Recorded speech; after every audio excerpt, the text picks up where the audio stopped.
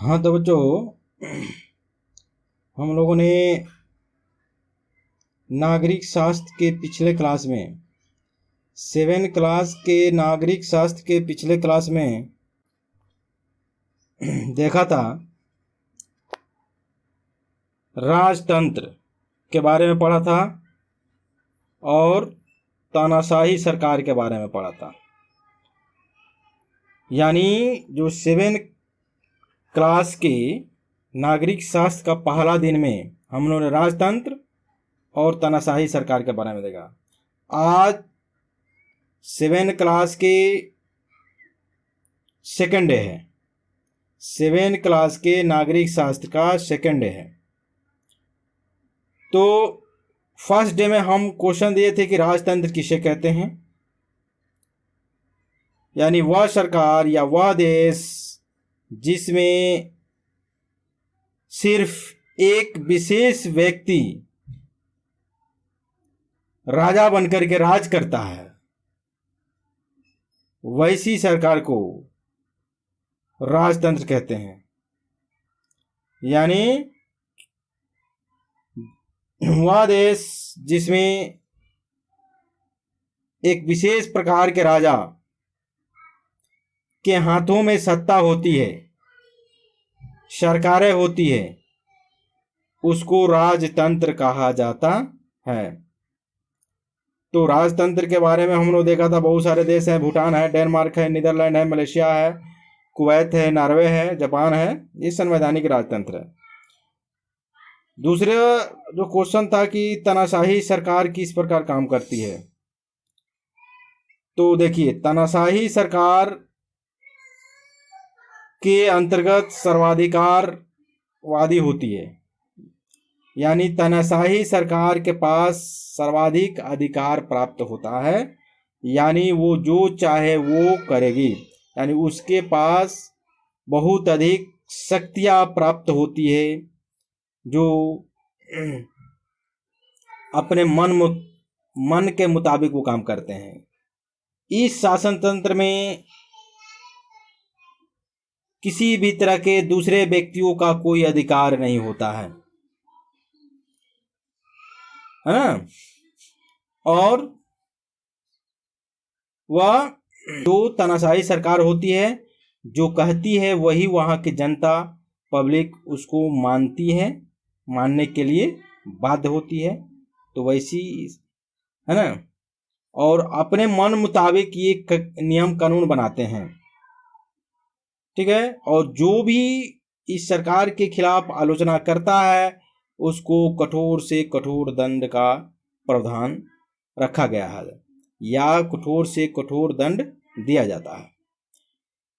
जिसमें से तानाशाही सरकारों में हम लोगों ने देखा था, हिटलर है, मुसोलिनी है, रॉबर्ट मुगाबे है, ये सब हम लोगों ने देखा था।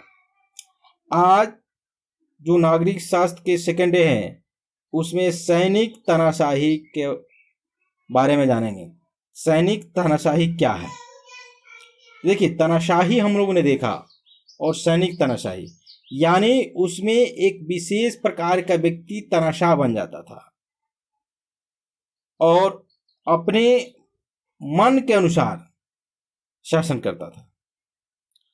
लेकिन इसमें सैनिक लगा हुआ है और तानाशाही भी लगा हुआ है, दो शब्द इसमें लगा हुआ है। तो सैनिक यानी जो सैनिक होते हैं, वो अगर जबरन सत्ता पे काबिज हो जाते हैं तो उसको सैनिक तानाशाही कहा जाता है। तो यह भी क्या है? गैर प्रजातांत्रिक सरकार है। गैर प्रजातांत्रिक किसे कहते हैं? वह सरकारें जिसमें जनता के द्वारा कोई भी सरकारें नहीं चुनी जाती है। इस तरह के तंत्र को गैर प्रजातांत्रिक तंत्र कहा जाता है। तो एक गैर प्रजातांत्रिक स्वाभाविक रूप से ये भी एक राजतंत्र का थोड़ा अलग रूप है। उसमें व्यक्ति कोई भाग लेता था, इसमें सैनिक करता है, काम वही करता है, दोनों का काम वही होता है। होता यही है कि ये भी तानाशाह है और ये भी तानाशाही। तानाशाही का मतलब ही हम जानते हैं कि तानाशाही का मतलब ही होता है।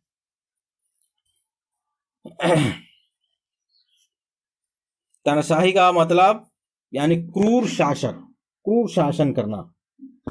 तो जो सैनिक तानाशाही होती है उसमें राष्ट्रवाद को बहुत अधिक बढ़ावा दिया जाता है, यानी राष्ट्रवाद के नाम पर तानाशाही की जाती है।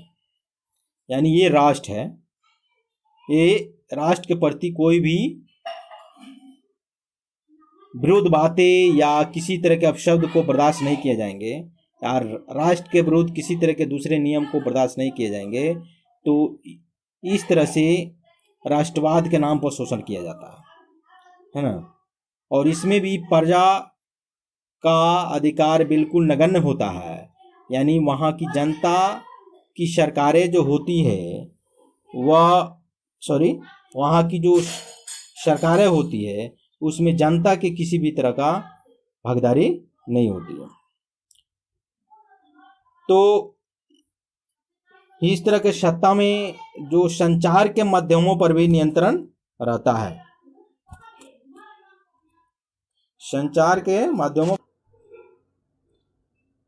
तो संचार के माध्यमों पर भी सैनिक तानाशाह का नियंत्रण रहता है, यानी वो जो बातें कहेगा वही दिखाया जाएगा, जिस तरह के संचार को प्रेरित करेगा वही तरह से वहाँ की जनता को माननी पड़ेगी। जो न्यायपालिका होती है, न्यायपालिका पर भी सरकार का नियंत्रण रहता है, यानी न्यायपालिका पर भी सैनिक तानाशाह का नियंत्रण रहता है। जो सैनिक तानाशाह कहता है वही वहाँ की जो न्यायपालिका होती है, न्याय होता है, तो वो सरकार के अनुसार ही होता है। तो सैनिक तानाशाह में एक था सद्दाम हुसैन, ठीक है। सद्दाम हुसैन जो था वह सैनिक तानाशाह था, जो इराक में एक दलीय शासन व्यवस्था के कारण सत्ता में आया था। यानी इराक में एक दल ही है, उसी का चुनाव होता है, तो एक दलीय शासन की व्यवस्था, चुनाव की व्यवस्था पर वो सत्ता में आया था और फिर वो काबिज हो गया। अब उसके बाद वो हटने का नाम ही नहीं ले रहा था, है ना, जिससे धीरे धीरे यह सैनिक तानाशाही के रूप में परिवर्तित हो गए। उसके बाद नीचे भी कुछ नाम दिए गए हैं। ईदी अमीन है, उमर मुअम्मर अल गद्दाफी है, गामिल अब्दुल नासिर है। तो ये जो है मध्य पूर्व और अफ्रीका में भी कई सैनिक तानाशाहों ने वर्षों तक शासन किया। युगांडा के ईदी अमीन है, लीबिया के मोहम्मद अल गद्दाफी, मिस्र के गामिल अब्दुल नासिर, ये सब जो नाम बताया गया है ये सब सैनिक तानाशाह थे, यानी सैनिक के ये प्रमुख थे और फिर ये सत्ता पे काबिज हो गए, सरकार अपनी बना ली सैनिकों के बल पर और ये शासन करने लगे। और ये भी क्या है, एक जितने भी सैनिक शासक बने हुए हैं सभी तानाशाह है। तानाशाह का मतलब होता है कड़ा से कड़ा नियम वहाँ के जनता पर लागू करना, ताकि जनता सरकार के खिलाफ किसी तरह से किसी भी तरह के आवाज़ को नहीं उठा सके, है ना, शिकायत नहीं कर सके। और अभी जो पूरे दुनिया में जो तानाशाह छाया हुआ है, अब पूरी दुनिया उसको जानती है, जिसका नाम है Kim Jong Un. Kim Jong Un जो है ये उत्तर कोरिया के सैनिक शासक हैं और इसको दुनिया के सबसे बड़ा तानाशाह शासक माना जाता है। अगर इसको जल्लाद भी कह दिया जाए, मनुष्यों का जल्लाद है ये, तो इसमें कोई भी शक नहीं है, क्योंकि किम जोंग उन वहाँ के जनता पर काफ़ी दुराचार करता है, बहुत बुरा टॉर्चर करता है। कोई भी व्यक्ति उसके बिना इजाज़त से वहाँ गाड़ी नहीं खरीद सकता है, मोबाइल नहीं चला सकता है, नेट नहीं चला सकता है, जीन्स पैंट नहीं पहन सकता। इतनी बुरी तरह से ये तानाशाही वहाँ करता है कि जनता वहाँ के त्रस्त त्रस्त हो जाती है। तो अभी वर्तमान की जो सबसे खूंखार जो सैनिक तानाशाह है उसका नाम किम जोंग उन है। ठीक है, तो ये उत्तर कोरिया का रहने वाला है। ठीक है, और ये कुछ विशेष अध्ययन दिए गए हैं, तो इसमें कोई विशेष कुछ नहीं है, इसको पढ़ लेना सब, है ना। यहाँ पर हम थोड़ा सा इस पर चर्चा कर लेते हैं। साम्यवादी सरकार, है ना, साम्यवादी सरकार। तो साम्यवादी सरकार ही समाजवादी सरकार होती है। ये अलोकतांत्रिक सरकारें हैं, और इस तरह के जो सरकारें होती हैं तो जितने भी वहाँ के उत्पादन होते हैं वो सभी उत्पादन पर सामूहिक मालिकाना अधिकार होना चाहिए। यानी इस तरह की सरकारें जो होती है वो ये कहती है, किस तरह की सरकारें, साम्यवादी सरकारें या समाजवादी सरकारें। तो इस तरह से जो सरकारें होती है वो कहती है कि अगर जिस देश में अगर सामान को उत्पादित किया जाता है और वहाँ साम्यवादी सरकारें हैं तो उस उत्पादित सामान पर वहाँ के देश के सभी नागरिकों का समान अधिकार रहता है, समान अधिकार रहता है ना। तो साधनों पर उसकी सामूहिक मालिकाना अधिकार होना चाहिए, व्यक्तिगत मालिकाना अधिकार नहीं होता है। 1917 की रूसी क्रांति और 1949 की चीन की क्रांति के बाद इन दोनों देशों में कम्युनिस्ट सरकारों की स्थापना हुई, कम्युनिस्ट सरकारें बनी। चीन, क्यूबा और वियतनाम में अभी भी साम्यवादी सरकारें सत्ता में हैं। तो यहाँ पर कुछ तथ्य बताए गए हैं। चीनी जनगणतंत्र एक दलीय सरकारी व्यवस्था है, यानी चीन में जो है वहाँ पर लोकतंत्र है, लेकिन वहाँ पर जो राजनीतिक पार्टी है वो एक ही है, एक ही दल है। अब एक ही दल के चुनाव वहाँ पर होते हैं और उसी में भिन्न भिन्न तरह के लोगों का चुनाव होता है और फिर जीत कर जाने वाले व्यक्ति फिर एक नए राष्ट्रपति या प्रधानमंत्री को बनाते हैं। इसी को एक दलीय सरकारी व्यवस्था कहा जाता है। तो देखिए यहाँ पर कुछ नेपाल के बारे में दिया हुआ है। नेपाल भी भारत का पड़ोसी देश है और नेपाल में पहले राजतंत्र हुआ करता था।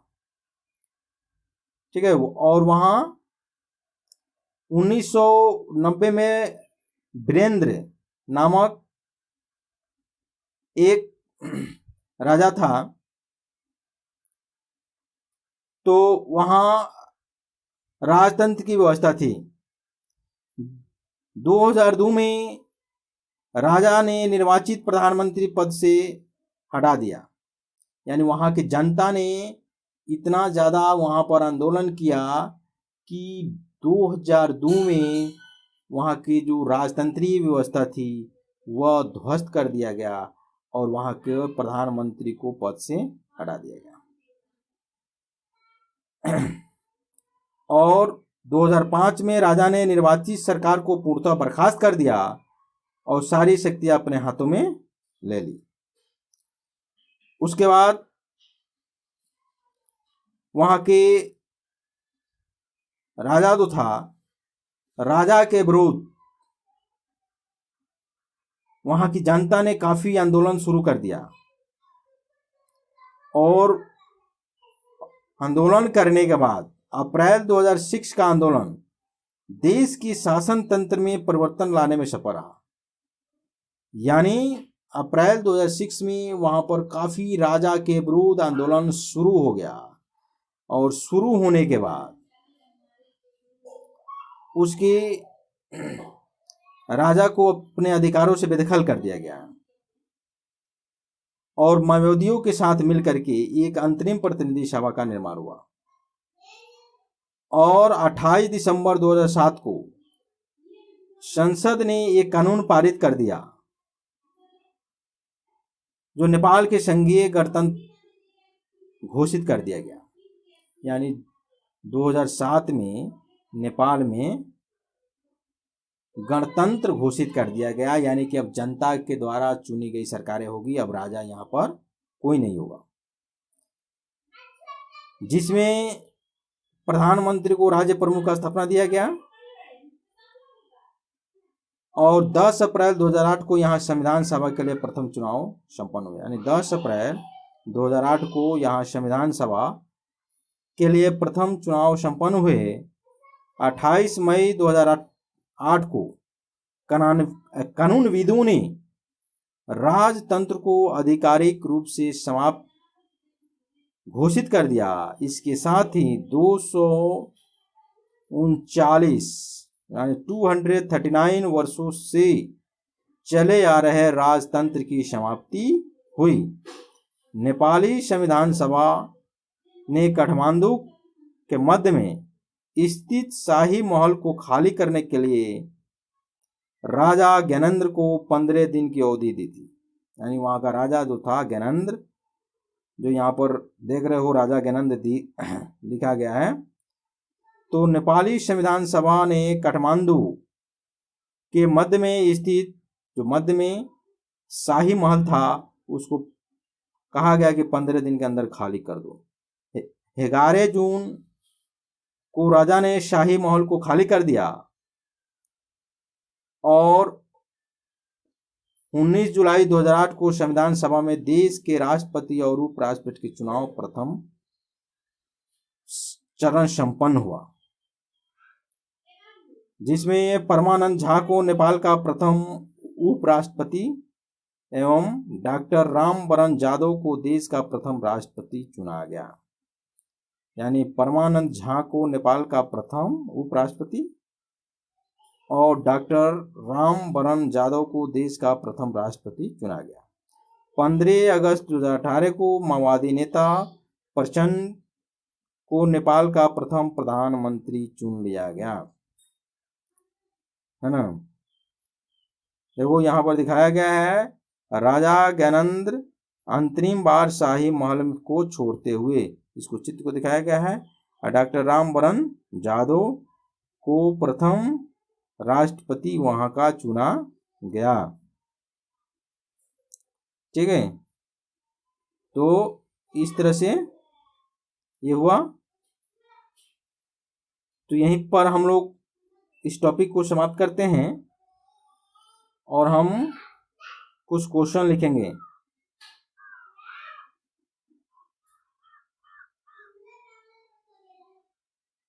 साम्यवादी सरकार किसे कहते हैं?